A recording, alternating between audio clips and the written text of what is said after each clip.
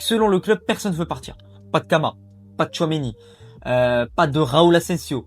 Tous ces joueurs-là qui sont amenés par le Real Madrid à quitter le club, voilà, on les pousse vers la sortie, ben ils veulent pas quitter le club. Soit ils sont blessés, soit ils veulent pas quitter le club parce qu'on leur a mis des contrats assez béton, parce qu'ils ont des contrats tellement puissants que même le Real Madrid ne peut pas les jeter, ne peut pas résilier le contrat à l'amiable.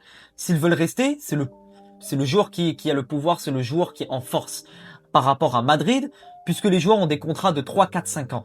Et ça, c'est un gros problème à Madrid.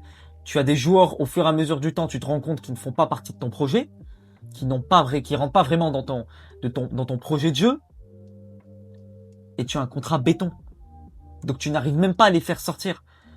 Et tu dois attendre 4-5 ans avant de proposer une sortie sur ces joueurs-là. C'est assez compliqué, assez dommage. Et c'est la politique de prolongation du club qui est à revoir. Tu ne peux pas prolonger comme ça des Tchouaméni, des Camavinga 4-5 ans. Alors oui, ils ont du niveau, entre guillemets, ils peuvent avoir une marge de progression encore.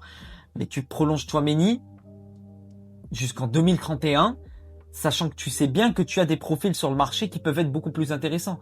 Pourquoi ne pas être parti sur une sortie de Tchouaméni, une vente cet été, et aller chercher un milieu de terrain avec une meilleure marge de progression?